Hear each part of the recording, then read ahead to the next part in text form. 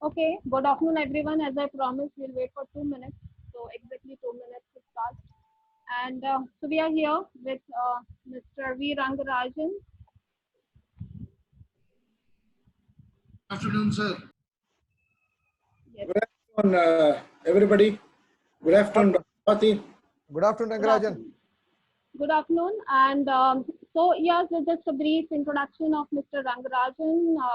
He is MBA PhD in HR and into training and development. He was working in security industry, having experience of almost 25 years of industrial experience. Yeah. Am I audible? Yeah, it is really audible. Yes. Because there are in between good afternoons are coming, so I thought I'm not audible. Okay. All right. So he's experienced in industries. He's experienced in HR, and he's a working professional into engineering, arts, science. You know, he's training graduates in engineering, arts, science, working professionals, business English, and other functional areas as well. He has also published several articles in internationally reputed journals on the regular basis. And almost since 10 years, he is into academic line, handling management subjects. And he has also won some awards for the best paper he has published and having expertise in security audit and verification for companies, traveled um, widely across nationally and internationally. So that's a brief introduction about him, what I am having with me. I will also request him to brief about his journey before he starts for this particular topic. The topic is a very beautiful topic, value and ethics, and we are combining it with C2C, campus to corporate programs, because we all are working and doing so many campus to corporate programs. And I feel because he's from having a background of academics, he will definitely give some inputs, insights to all the trainers who are here, who are doing these programs on value and ethics, and how we can help students in future if we take such topics. So, sir, you can please unmute yourself and you can just start with your introduction and then we will share your screen.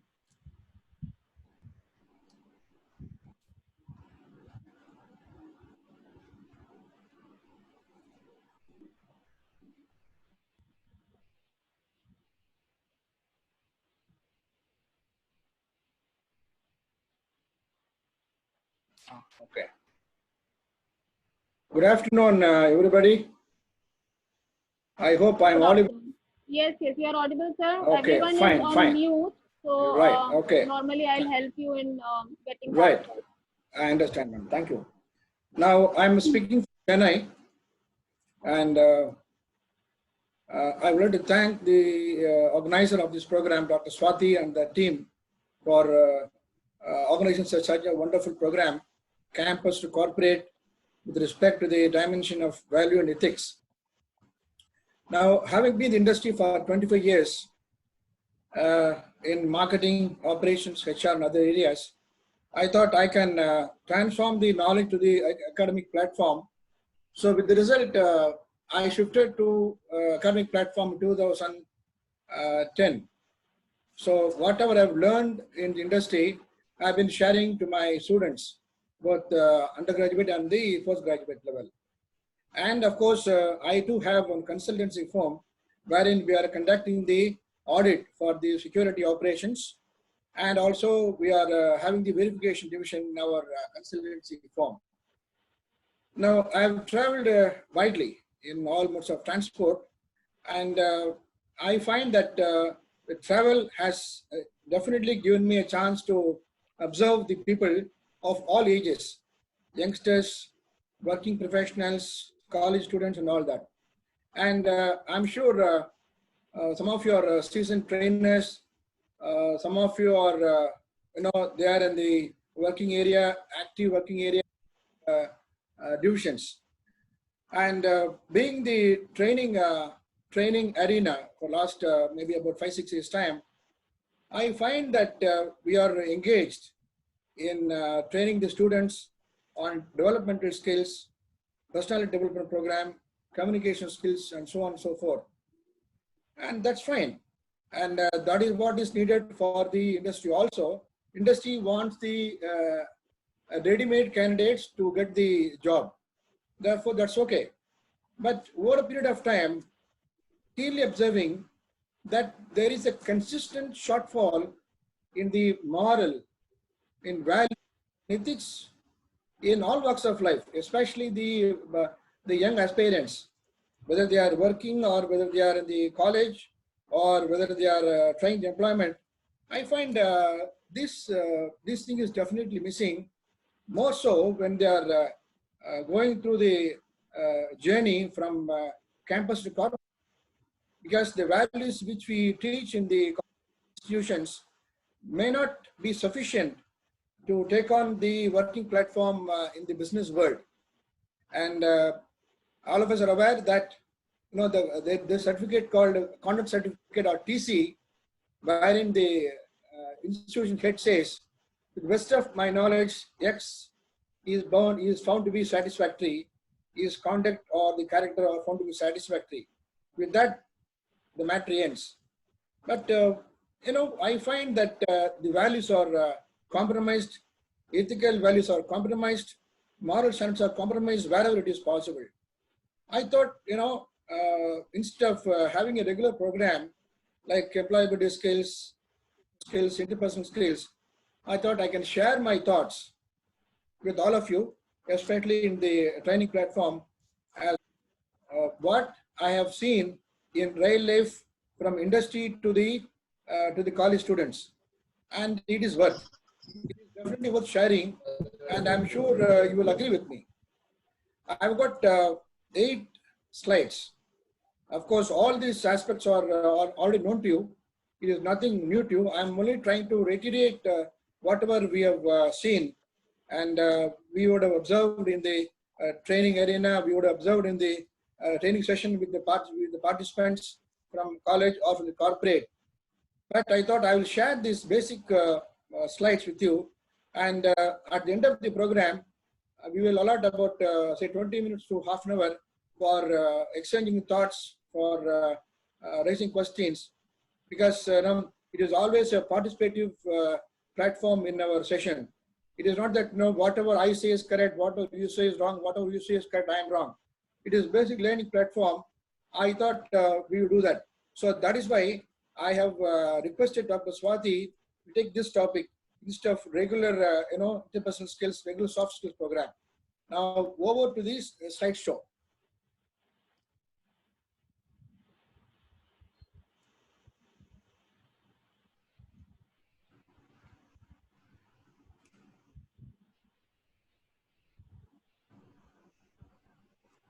I hope you are able to see this slide. Yes, it's visible. Okay. Now let us skip this introduction.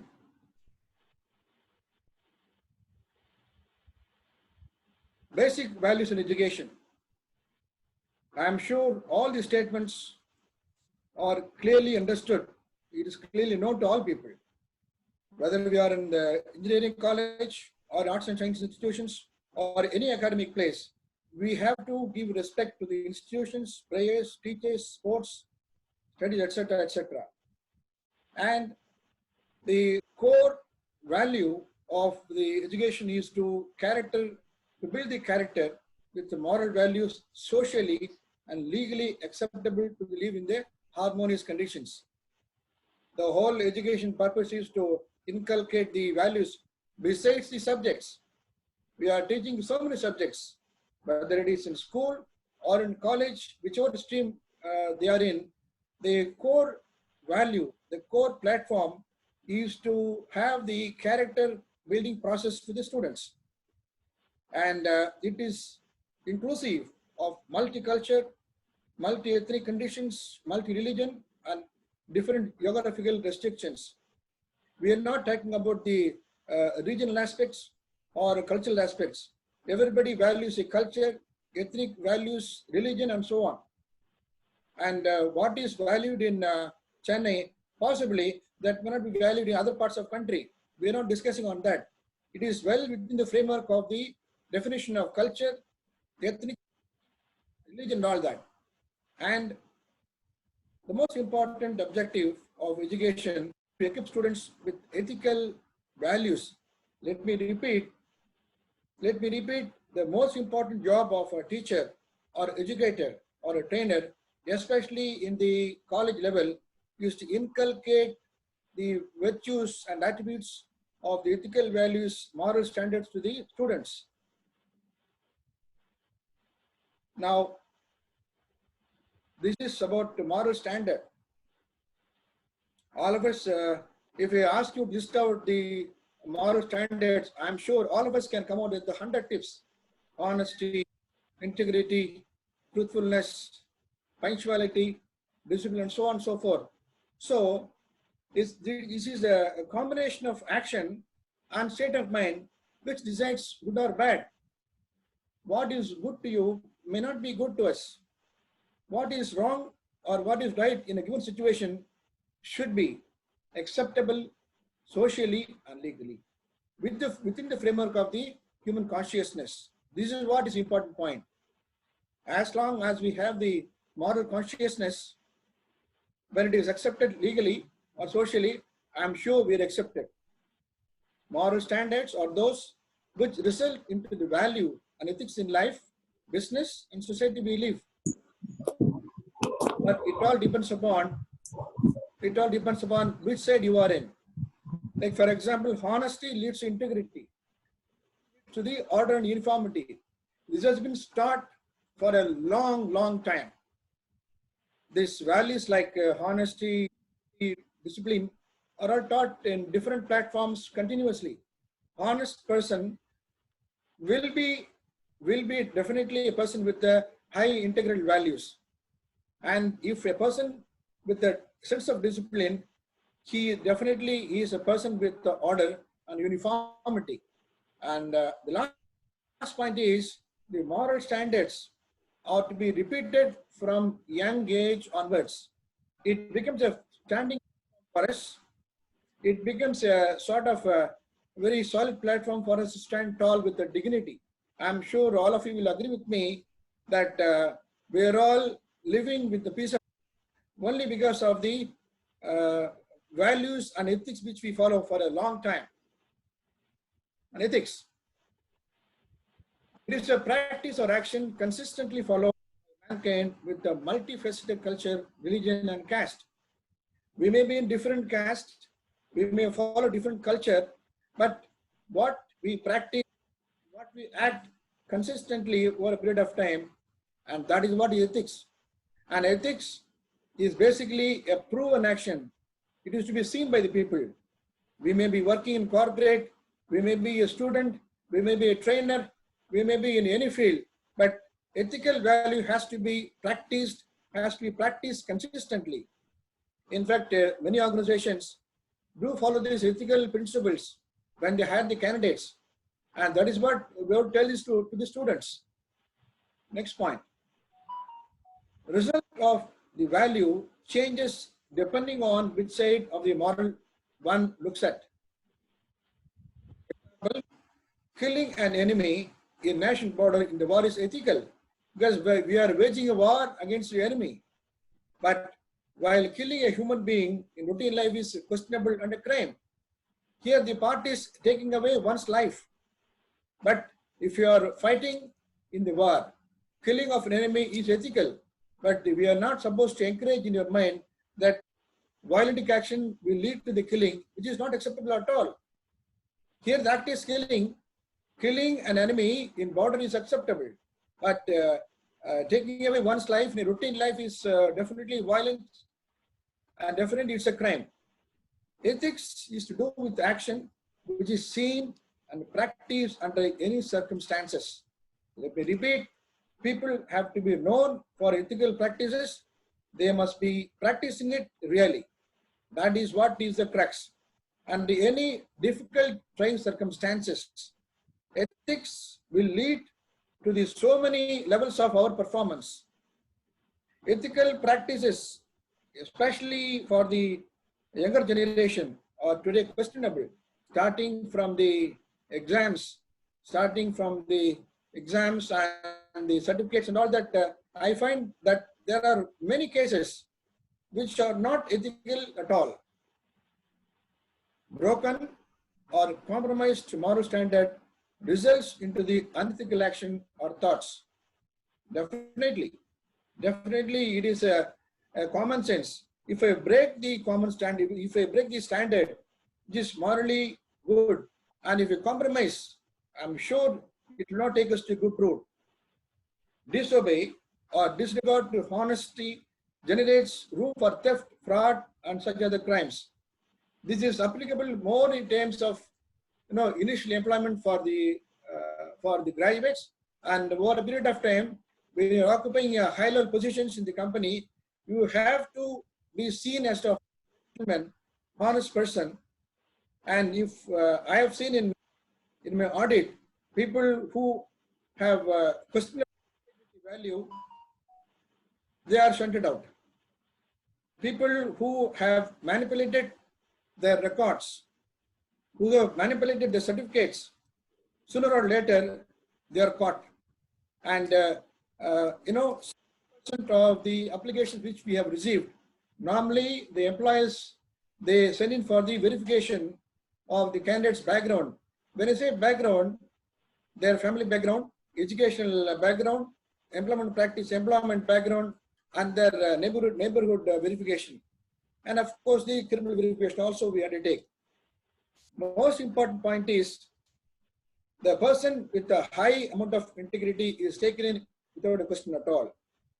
So therefore, the broken or compromised moral standard definitely will lead us to the unethical action or thoughts. Now, what are the questionable moral standards and values in place of study? The students are studying in different colleges of different streams, and these are all some of the common visible actions which we are seeing. Unfair practice to take tests, any habit in excess of normal life besides education and studies. We don't want to go in for the experience of where the candidates, where the students are caught in the habit of copying the answers. I don't want to go into that.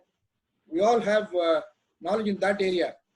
And second, unhealthy personal habits leading to bad influence, unfair practice, and competition and other activities.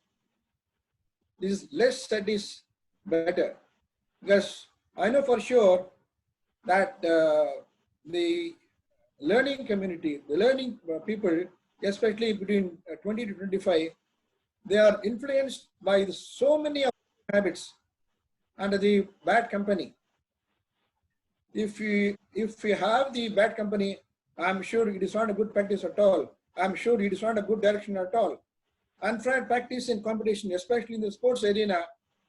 In sports, it is a disciplined platform.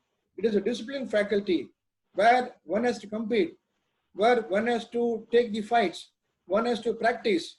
But the students or the competitors, if they are found involved in unfair practices, I'm sure they are under the questionable moral.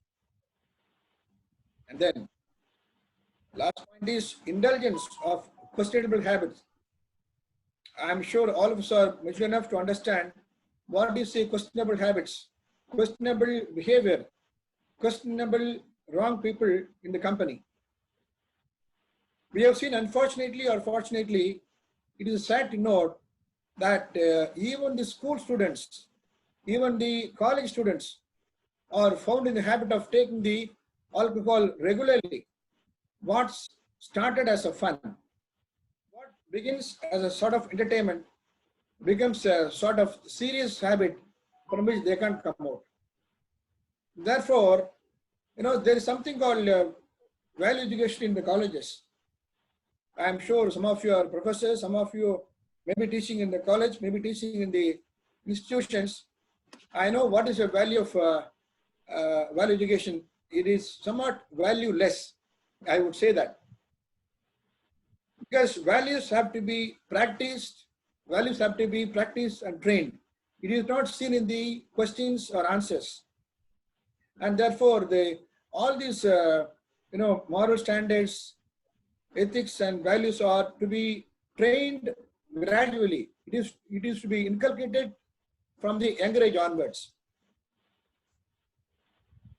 Let us see the cynics of or the irony of values, ethics, and moral standards. All these statements which you are seeing on the screen are very common to us. What is absolutely moral is stupid to somebody else. Correct? What is normal and ethically valued is superstitious to one section of the society. What is wrong to one is absolutely right to another people. There is no one set of values which is universally acceptable. We all know, sitting in Chennai, sitting in Pune, sitting in Bombay, we got different culture, different religion, different practices. But what is important is we must follow these values well within the framework of the acceptable norms. The culture is being questioned in different countries. The culture of the nation is questioned. But the history says that oldest culture is a Hindu religion, Hindu culture. But we understand it, but others may not understand it. So therefore, the irony is what is acceptable in one religion is not acceptable to the other religion. But fine, we accept it. But we need to comply with those thoughts, with those moral standards which are defined, crafted very carefully for a long time. Next point. There is only a thin layer of conflict or difference between good and bad, between good versus bad, between wrong and right. But yet, through the human evaluation, all of us have seen, all of us have preached the core values like honesty, kindness, simplicity, truthfulness, religious practices, work, tolerance, and all that. They are beyond above one's acceptance. You may question, but it is above the question, it is above the acceptance. It is all followed for centuries and centuries. And therefore, all these values are to be taught, inculcated, trained. I'm saying training repeatedly. We as a trainer should definitely, if not fully, should allot some significant time in our training schedule. The constraints as a trainer, coach, or educator. Look at the first sentence. We train the people in knowledge. We train the graduates. We train the postgraduates in knowledge acquiring, in their soft skills honing, or shining their soft skills or some specific skills, only because we find the subjects like moral, values, ethics are taken for granted, and we feel that it is too sensitive to be discussed in the open training forum. Why? It is these values, these moral standards, they stand by you for a till your last breath. Unfortunately or fortunately, we trainers, we do not have the proper time slot in our training program. We are preparing ourselves very well for program, for interpersonal program, but almost all the training program, whether we are conducting in corporate or we are conducting to the students or finishing school graduates, we tend to, I would say, neglect. We don't ignore it, we tend to neglect it because we feel it is all coming from home, right? And other side also, the industry also expects, they don't expect you to tell them the moral ethics and all that in our training program, because we are paid for the employability skills. Many times we firmly believe that all these values are inculcated, let me repeat, inculcated and developed by the family, which is a prime agency in human development. Agreed. Nobody questioned that. But we need to take it forward. After all, the students are spending about 60% of their study time, academic time in their institutions, or when employment, 12 hours we are spending in the work atmosphere. Therefore, it is time that we take up this topic very seriously. Now, the actual journey between campus to corporate is lined up with these very values only. Company conducts background check verification of candidates, including the attitude, beliefs, values. Company insists the police verification. In about 2,000 verification cases, we are investigating, we are vetting all these aspects of each and every candidate besides the employment credentials. Next, character and content verification are to be vetted by the institutions. You know, these days institutions get letters from the employers that we have to certify that the candidates did not indulge in any immoral, questionable habits or actions in the campus, even after 3 or 4 years' time. I have certified a student of mine who was passed out in 2016. In 2019, we have got a letter from the we have received a letter from the employer asking us to confirm the particulars of the candidate. They are simply not satisfied with this TC. This the so-called TC says the conduct, we say satisfactory or good, it is not enough for them. Because they have seen that the conduct and character are the heart and soul for individual. If it is missing, they don't take. We may be engineers, we may be high-ranking graduates, we may have all qualities of the academic pursuits, but if there is a deficiency, if there is a shortfall in character and conduct, they reject straight away. Next, integrity and all disciplines are focused for employment opportunity. Now, recently, we have invited one of the training companies to screen the candidates for the employment opportunity. Okay, and I have asked them to go in for this integrity examination, integrity checks by asking some questions. Unfortunately, they don't know. They are, after all, from the HR department. But I insisted that in the next training session, in the next placement program, they must have some kind of checks and balances to understand what is the integrity level of the candidates.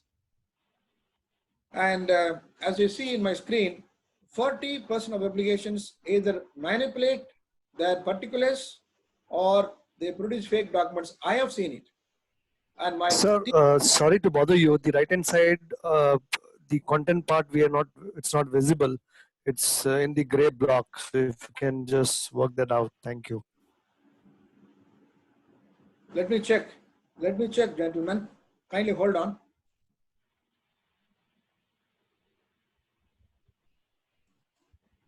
You can just try resharing your screen. Sometimes it happens. Yeah. I hope so far so good in terms of the screen shot. No, actually, it was there since long, but before Deepak, no one mentioned it. Now it's okay? After left hand is clear. Earlier slides, it can be the content was visible. Now the content is not visible. That's the reason I pointed out. Thank you. That's okay. Yeah. I understand. So you just do stop share and then reshare. Yeah, now reshare it. Still the black line is there. Now it's okay now? 1 minute, let me check.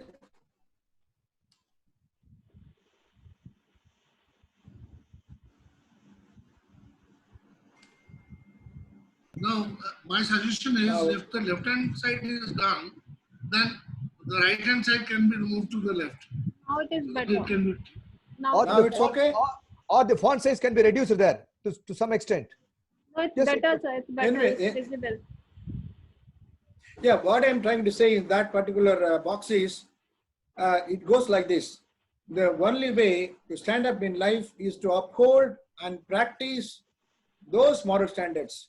We trainers are responsible morally to hammer out, let me repeat the word hammer out, good versus bad, right versus wrong with future generations. Let me repeat it.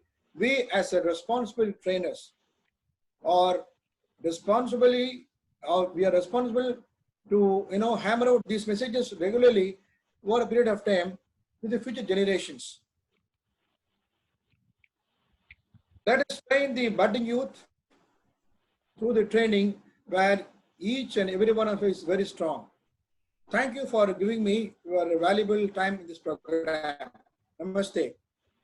Yeah. So just stay on that screen so we can Yeah. have some question and answer. Yeah.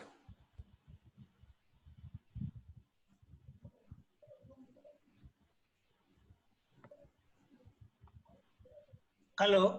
Yeah, I'm listening. Can you hear me, sir? Yeah, very well. Go on. How to check integrity? How to check integrity? Yeah, that is a very, very sensible question. It doesn't give an answer in one action or one shot. It is a series of actions which a person exhibits that will definitely give the indications whether the man is known for integrity. I have seen in one of the company audits, it is a live example. One of the senior executives is a qualified engineer. He is billed to the account department for the financial clearance. The bill says 120 rupees. In the numerical weights, in the numerical figure, they say 120 rupees, which is the actual cost of the food bill. Unfortunately, the bill does not have the figures in words. Now, what happens is he has added 10 along with 120 on the right side. It was passed. It was passed. He also got money. Now, during this regular auditing, they find there is a slight difference in the handwriting. So when they found out this gentleman for paltry sum of 1,000 rupees, he has manipulated these figures. Like this, you can always go on checking periodically. And I have seen the credentials like the service certificate, the mark statements, their current certificates, experience certificates are manipulated in terms of the service, in terms of the designations. But what is important is initial level, we need to have these checks and balances. Now, in case of students, how do you check in the students? Yeah, correct. See, that is what the employers are asking us to give the comments whether the student has really finished examinations, and whether he or he indulged in any kind of actions. Ultimately, somebody has to vet it. Somebody has to vet out the actions. That is what is happening. Many institutions, especially the engineering graduates, MBA graduates are supposed to get their a sort of approval from the institutions where they passed out last. Mr. Rangrajan, nicely explained about the values and ethics in the corporate C2C. You are practicing values in your life. It seems to be like that. The way which you put this red line, it shows you are a valued person and you are following the values and ethics. From your experience, what are the most important values in life? Can you give the most important values in life, which is very topmost priority for the youngsters to give an example for this? These are the values very important. Which are the values you can say from your side? I would immediately say that honesty at all times is the most important virtue that one calls for. Whether you are a student, whether you are an aspiring professional or unemployed professional or any part of the world you are surviving, honesty is one virtue that is in demand now. Okay. And all other qualities like punctuality, discipline, truthfulness, but honesty is one virtue which is a supportive tool for all walks of your life. Probably a honest person, you can take him to greater life. Definitely. Life. That's a honesty. And it supports you in the testing times. Okay. When you are swimming against the odds, it is definitely a factor which you can boast of.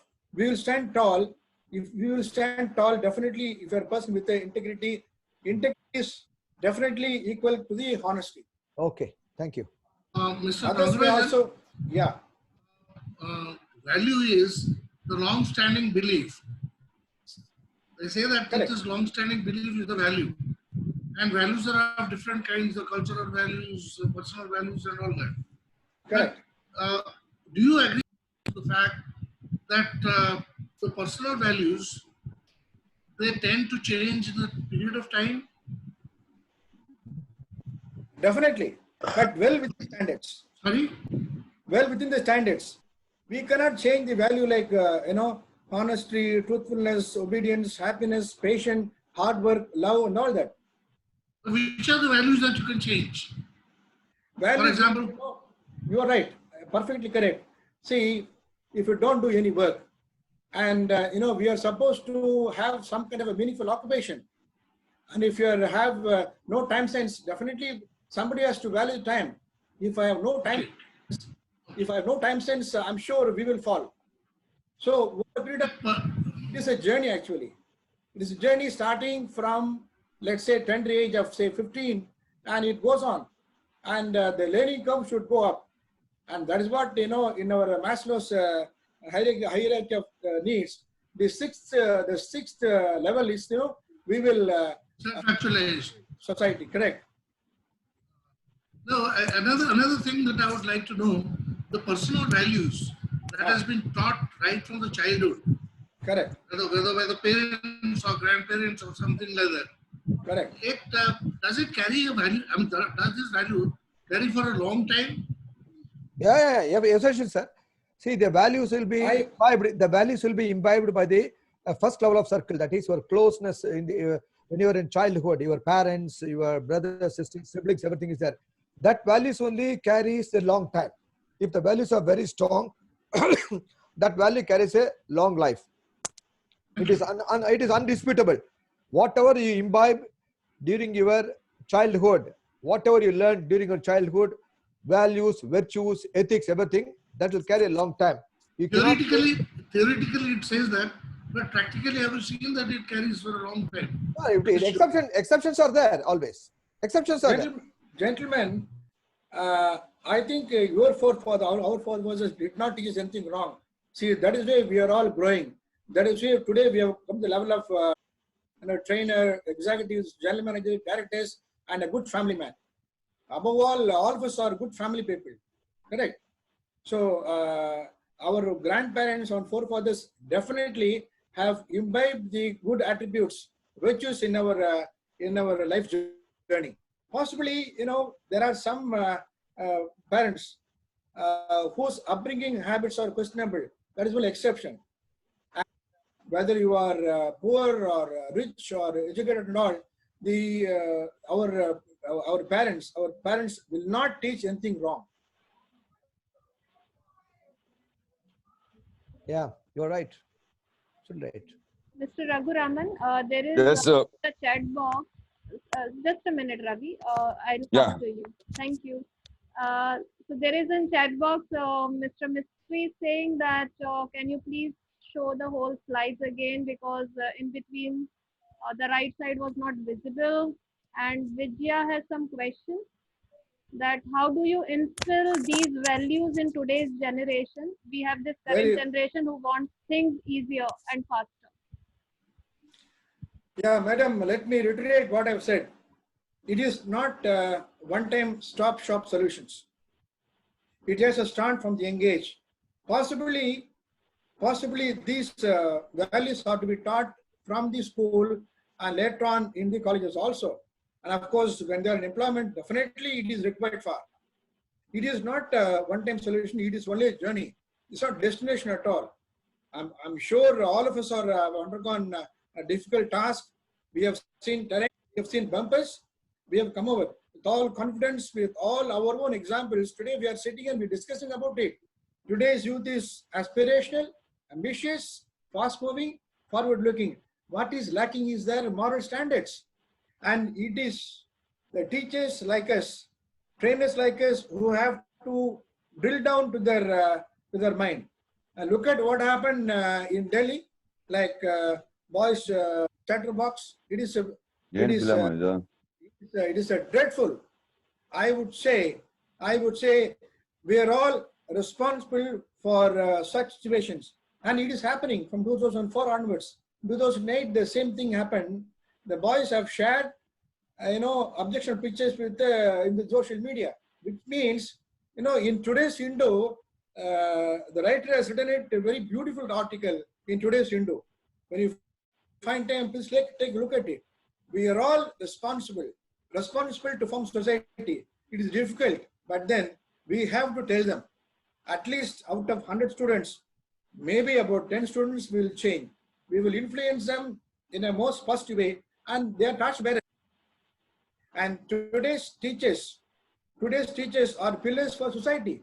And it includes you also, we also, whether we are called trainers or coaches or the teachers, we are all basic educators. Because we are taking a very special task for training program, let's say interpersonal skills or soft skills, we are to only to that extent. But I'm sure, I'm convinced that the time has come that we have to say this repeatedly in all our training programs, whether it is an executive training program or in the students or in the MBA training classes. Definitely it is required. Mr. Rangrajan. Yes, sir. You said that the companies are taking the background searches and all that before Correct. taking a candidate. Correct. But I am, with an amount of apology, I say, that is all the ethics and values that is followed by the corporatives of UK? Well said, sir. Well said, sir. And let me tell you honestly, successful companies which are there for 100 years, they follow. But it all comes down from the founder or from the visionary of the person. And it is definitely a question whether the companies are following this so-called values, ethics and all that. But yes, it is a questionable item, definitely. But our history repeats, our corporate experience tell us that the successful managed companies have made money, have progressed, they have developed also. They have made money, they have shared with the people, they are happy with the employees, they have progressed, they have developed the company over a period of time with the definite moral values. You can say many examples. I can quote an example from these Chennai companies, one of the leading Chennai TVS companies. They strictly follow the values, ethics, and morals. Leave apart other things are there. They follow the value system in the organization, and thereby they grew the company for last 50 years. They are the number one in different standards and different values. They are the first person introduced in the TPM standard, Total Productivity Management. They have introduced it, one of the TVS group company. I don't want to mention that. They strictly follow the value system. Yeah, yes. Like that, there are several organizations. Yes, there are several organizations. They take a sort of a moral pledge from the employees that if you are found wanting on integrity issues, which conflicts the company's values, you are out. I will only one example. I can cite many companies which have grown not by profit, in terms of reputation. About 2 days back, I got one posting in WhatsApp group. One HR guy says, I will follow the rules and ethics, but I won't be intimidated by the same rules. So it all comes from top. Like the head of the family, if his habits are good, I'm sure it has got a definite bearing on the siblings, on the children.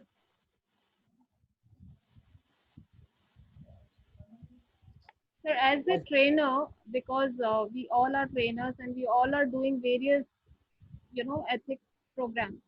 What do you think that we should go, what should we carry with us when we go for such programs? Because normally the interaction is for few hours where we are going to the colleges or, to these students. The program is mostly for not more than 3.5 hours. Now, what is something which we should, carry with us so that they will, it's not as it is something which is coming from their background or maybe something which they are carrying from their surroundings. So, what is something we should inform them or we should practice in front of them so that it will make them realize that Correct. oh, I should now think about myself and bring some change in myself. Correct. So what do you suggest, Yeah. I would like to as a suggest trainer? you, as a trainer, as an educator, and as a teacher, that the training program should, I would say, should mandatorily allot at least about 15 minutes time to discuss on the ethical opinion, ethical comments, moral standards from the very same students.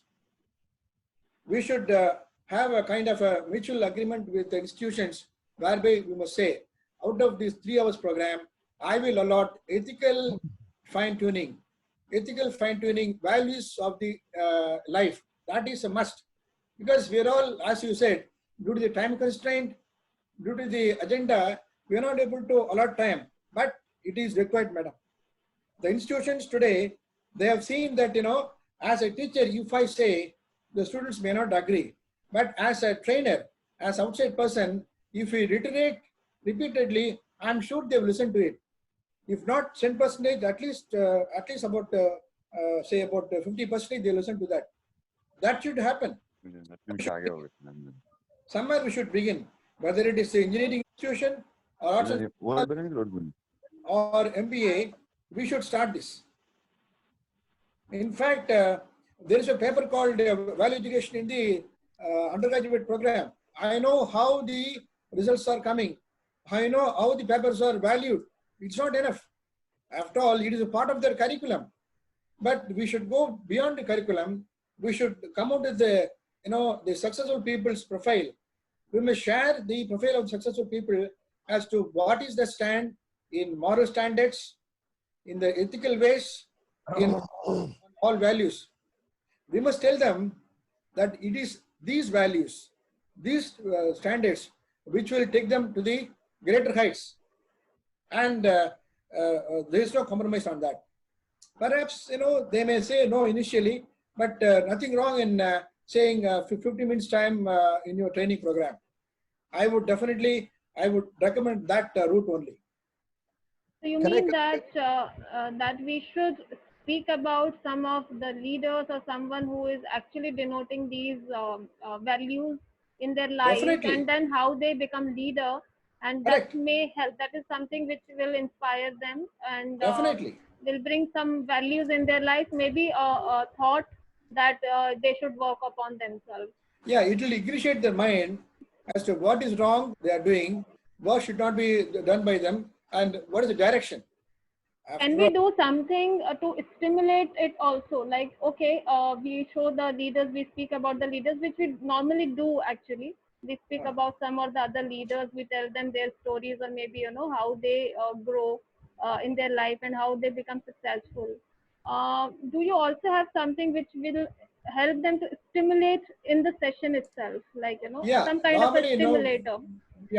normally, we will ask them to write just about 5 lines as to what is an important story or what is important point in their life which they have come across, either in their family or the outside, which they appreciate based on these moral values. I'm sure all these guys between 20-25, they would have had experience of good and bad. And we will ask them to write maybe about 4 or 5 sentences as to what they observed in that particular. It's more of a narrative. It is more of a experiential thoughts. We know very well that it's not a fiction. And when they put it in writing, they recall their experience.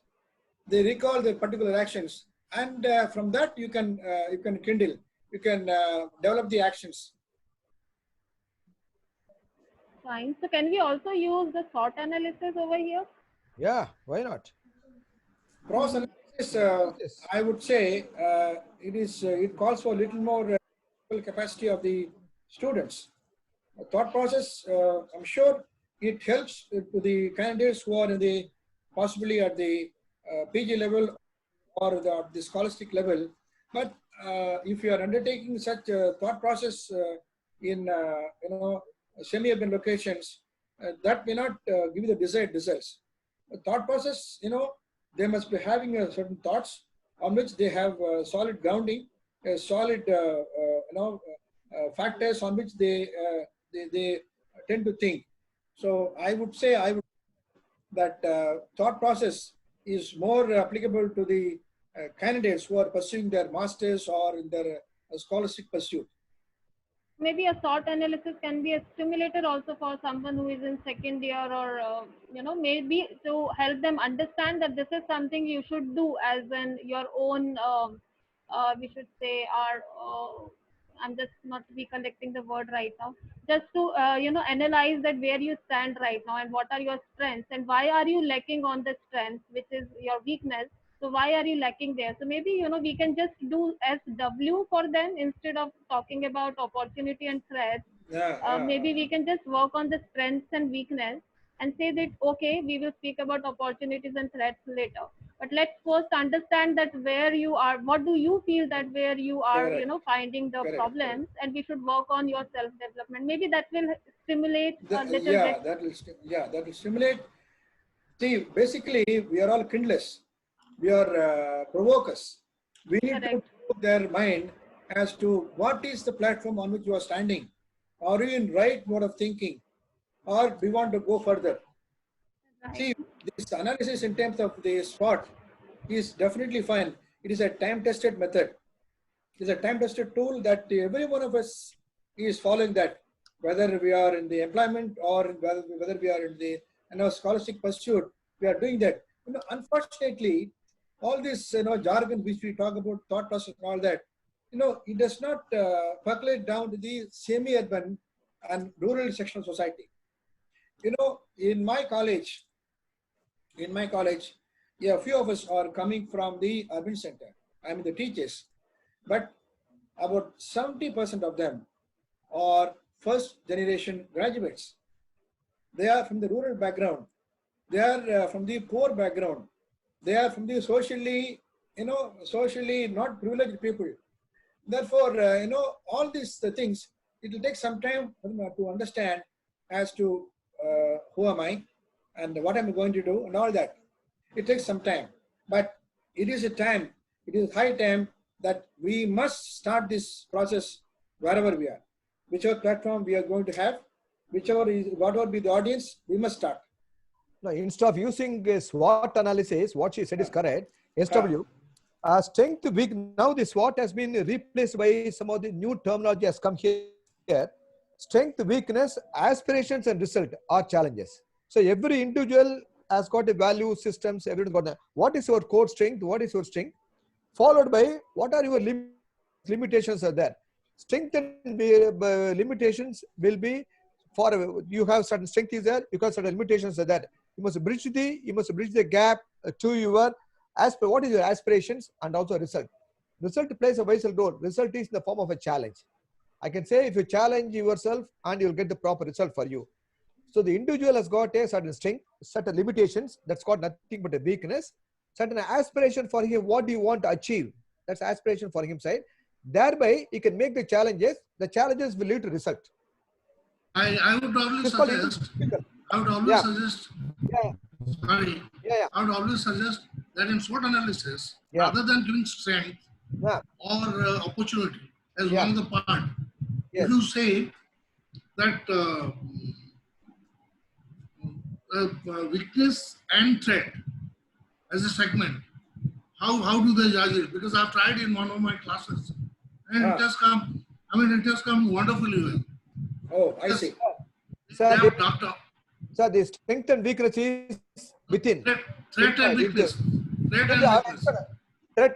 Opportunity and threat are external. Generally, strength and weakness within you. Opportunity and threat are external.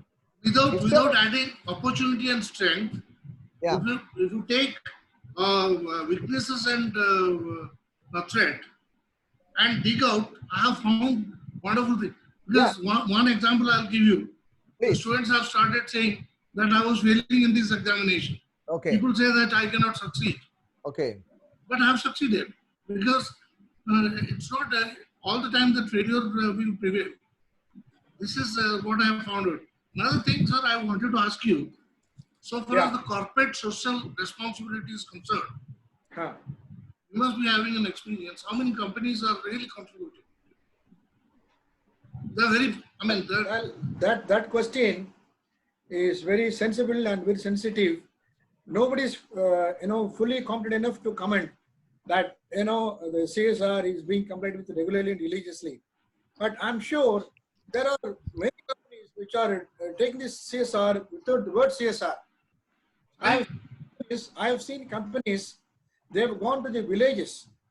They have gone to the villages. They have adapted the schools. They have adapted the ponds for their water treatment, for their water facilities. But it's not called CSR, but they call it as their way of giving this to the society. CSR is 2%. I know, 2% of the contribution of the profit. But I beg to differ with you, sir, that most of the companies are not doing their CSR properly. So it is being followed by their employees.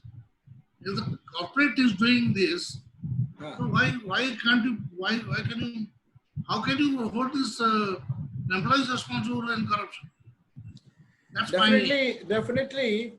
They have got no right to, the companies have got no right to insist employees to contribute.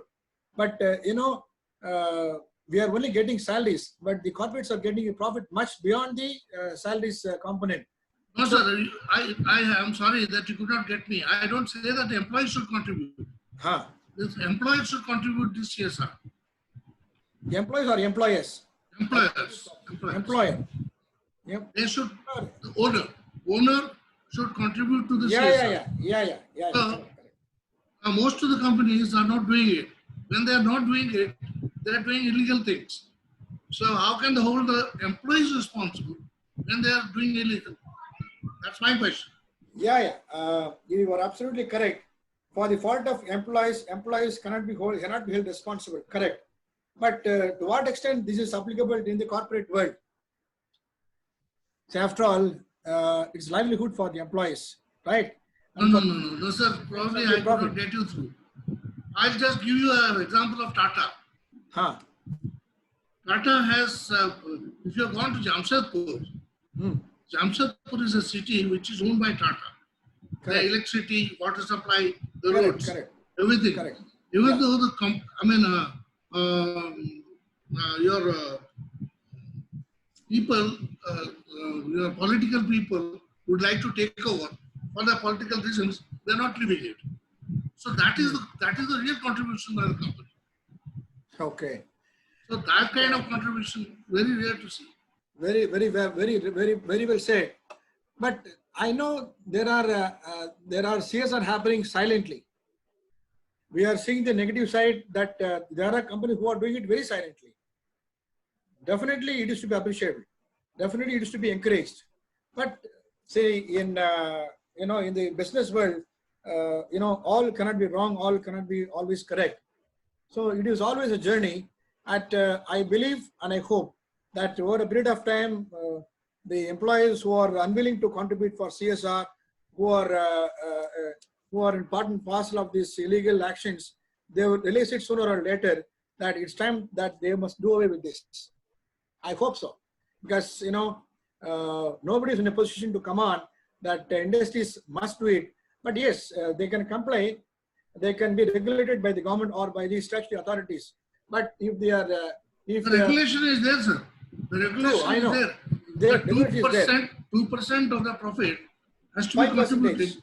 5%, sir. I got 2%. I think it is 2%. Whatever. No, it's okay. It's okay. It's okay. So it should be given to the peripheral development. Correct. Peripheral development. Correct. I have seen in my own city, there are a lot of companies who are not doing it. The roads are broken. There is no schools. Schools are broken. There is no other facilities given. So that is exactly what I am telling you. Practically, I've seen it. It all boils down to the priorities of the company, gentlemen. If I give priority for the societal cause, yes, of course, I'll allot a portion of my profit to the societal cause. But if I don't have the priority for this, I'm sorry, I won't be able to help. That is what is the company's mentality.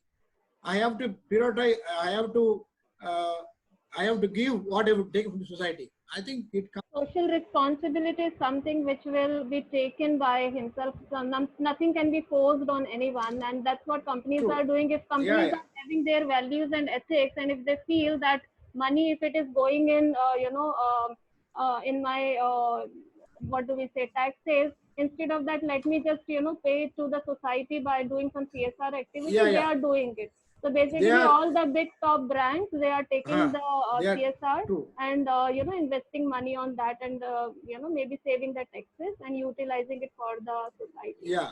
We As have long as we have a question from Mr. Mistry, because it is since long in the chat box. Yeah, Because I know. CSR is not our topic today, so let's I know. stick to the values and ethics only.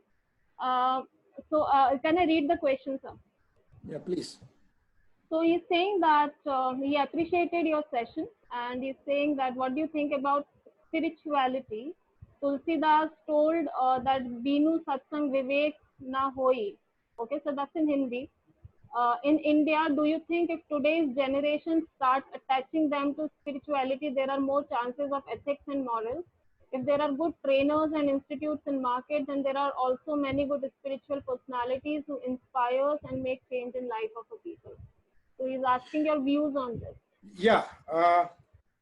The aspects of religion, spirituality, beliefs, and culture are changing from time to time.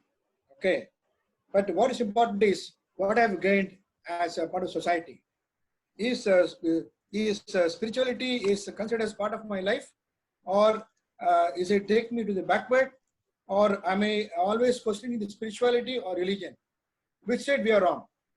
See, there is always attitude towards questions on spirituality, spirituality combined with morality, spirituality combined with religion.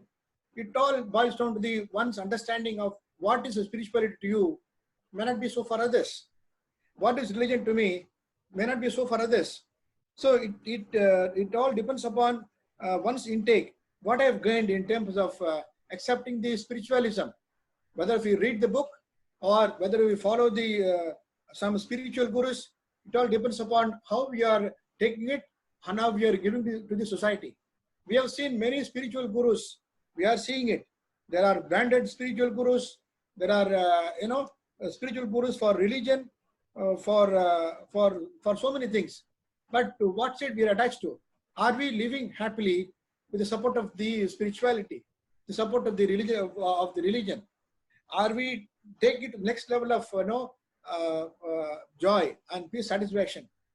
The terms like spirituality, religion are absolutely personal, and it all depends upon as to which side we are looking at it, what is the intake we are getting it, and ultimately to what extent all these aspects are beneficial to the and the family in which we are living in.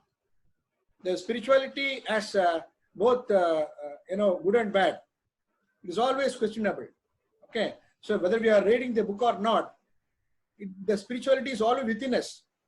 The beliefs, the set of culture, the set of spiritual practices are well within us. Nobody has a right to tell us this is what is wrong in your family, this is what is wrong, this is what is good in your family. After all, family comprises of practices, of beliefs, values, part of spirituality. So therefore, the core aspects of family involves all these elements. And of course, the younger generation are always questioning whether it is valid in today's practice. There are so many questions which are raised in different religions. But it all depends upon how we take it and to what extent that supposed to us, that gives us the directions in our lives. It is definitely a kind of argument or conflict of thinking in the present younger generation. They always look for the logical conclusions. They always want the logical process. They want the answers why, what, and how. But Mr. Rangrajan. Yeah. I'm Lata from Chennai. I was just listening to your hello, sir. I was just listening to your ethics and values that has been followed over the years and in the different level. I mean, professionals. Correct. What about the school children? When you talk about values, it has to be inculcated from the early age, right? Correct. From Very the true. school level. From the school level means you should have a moral science class.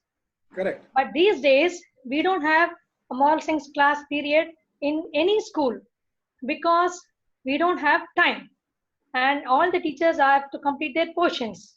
So when you have ethics and values to be inculcated right from the early age, right from the school level, say from 6th standard, right? It has to go up to 12th standard. But when I was studying in the school, I was having a moral science class, moral science period, where you have, so am I.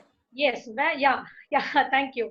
Where you can, they will read out so many stories for honesty, kindness, love, affection, sharing, everything. But these days, we don't have moral science class. So how they will know?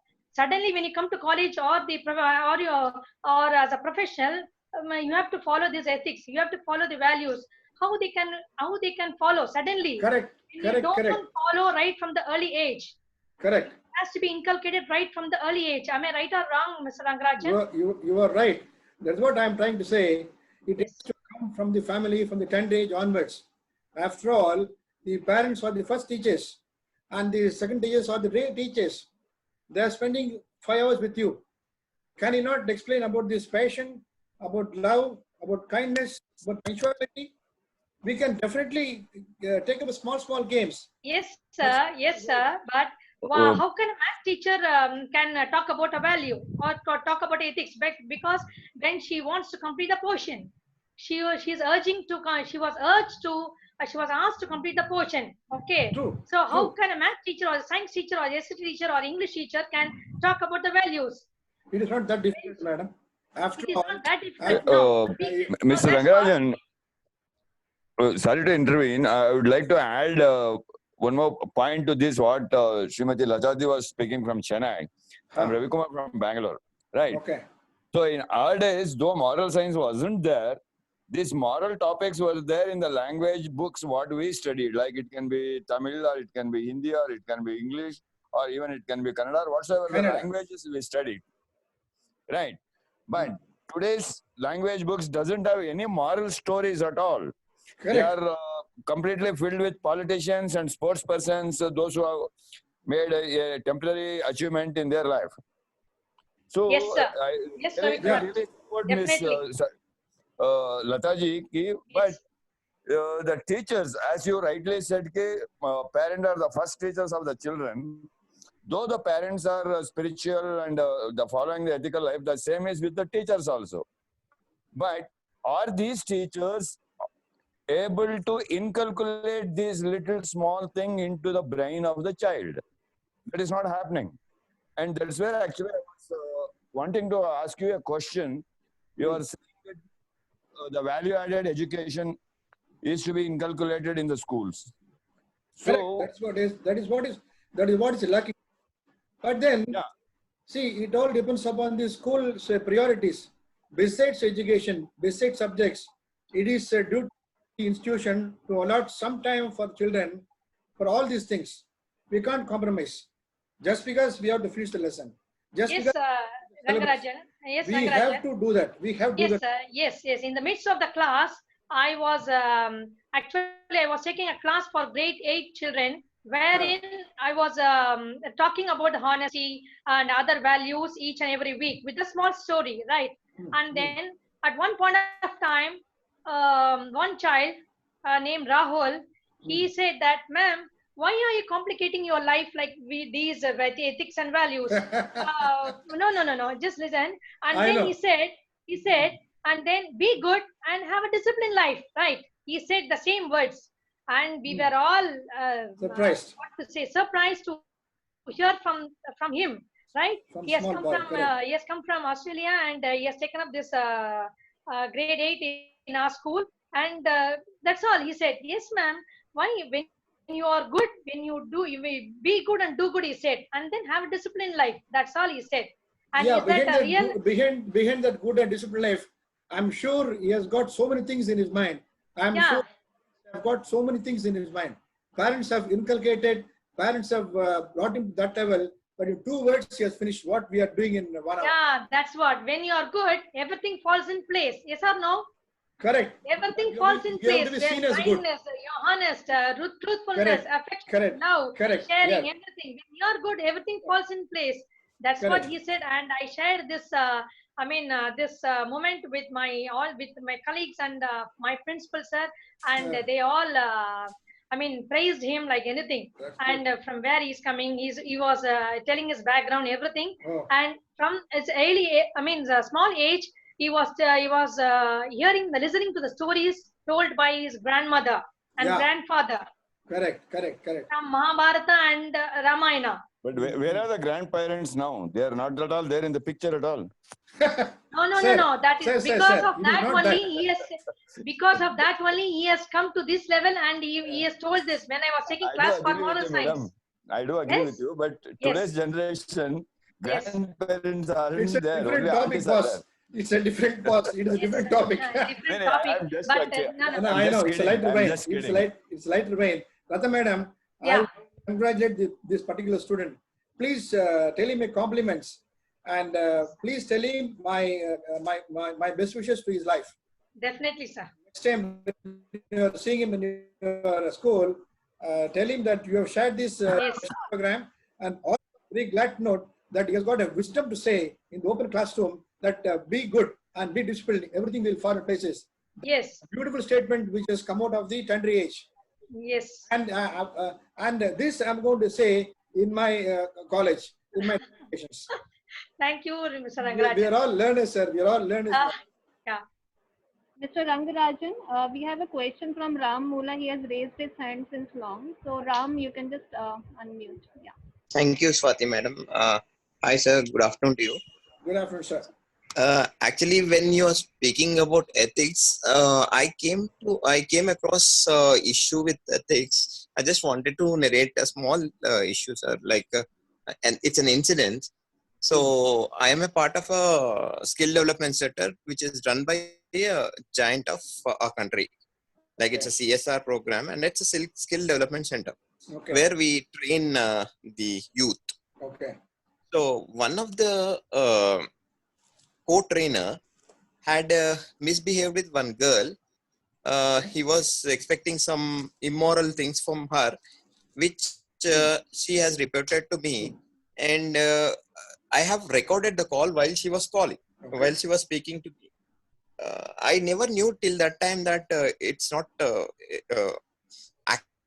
accepted in India recording the call. When I submitted it to my office that this is what is happening, I was in turn reported to the ethics team of this organization saying